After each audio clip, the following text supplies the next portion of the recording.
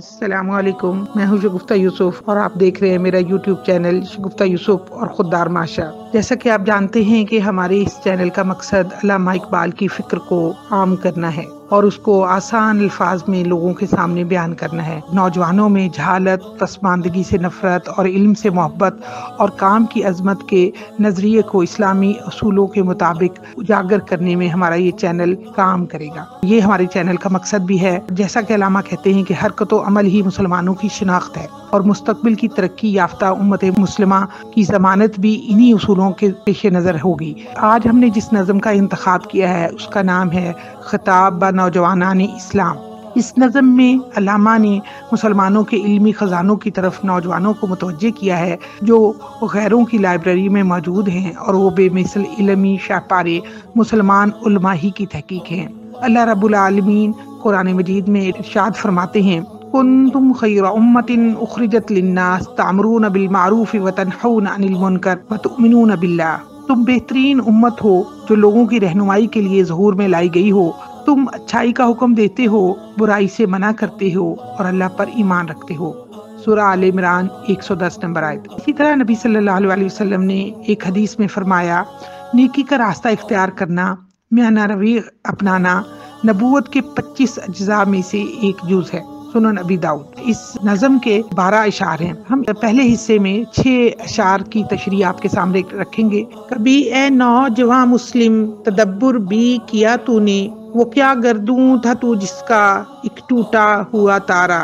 تجھے اس قوم نے پالا ہے آغوش محبت میں، کچل ڈالا تھا جس نے پاؤں میں تاجے سرے دارا۔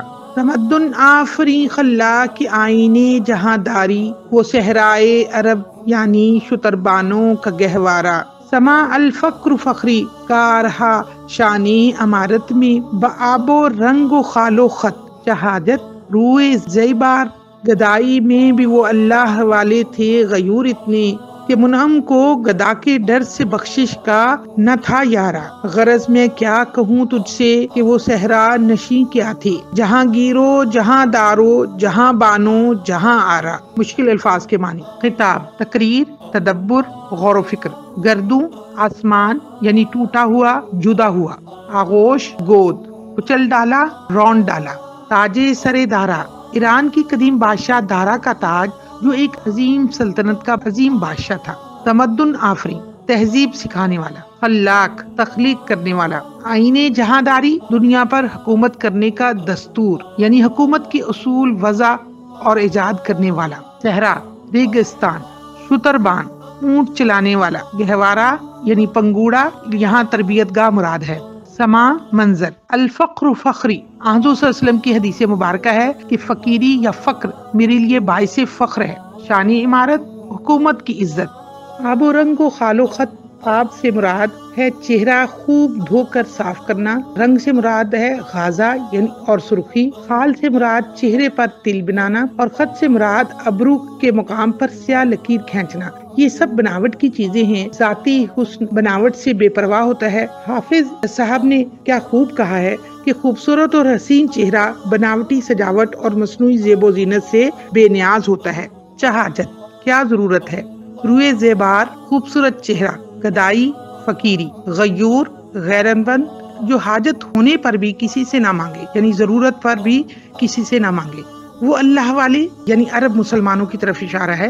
منعم، دولت مند، مالدار۔ گدا، مفلس۔ بخشش، بھیک دینا۔ یارا، حوصلہ۔ صحرا نشین، ریگستانوں میں رہنے والے۔ جہانگیر، دنیا فتح کرنے والے۔ جہاں دار، حکومت کرنے والے۔ جہاں بان، دنیا پر حکومت کرنے کے طریقوں سے واقف۔ جہاں آرا، دنیا کو سجانے والے۔ 6 اشعار کی تشریح۔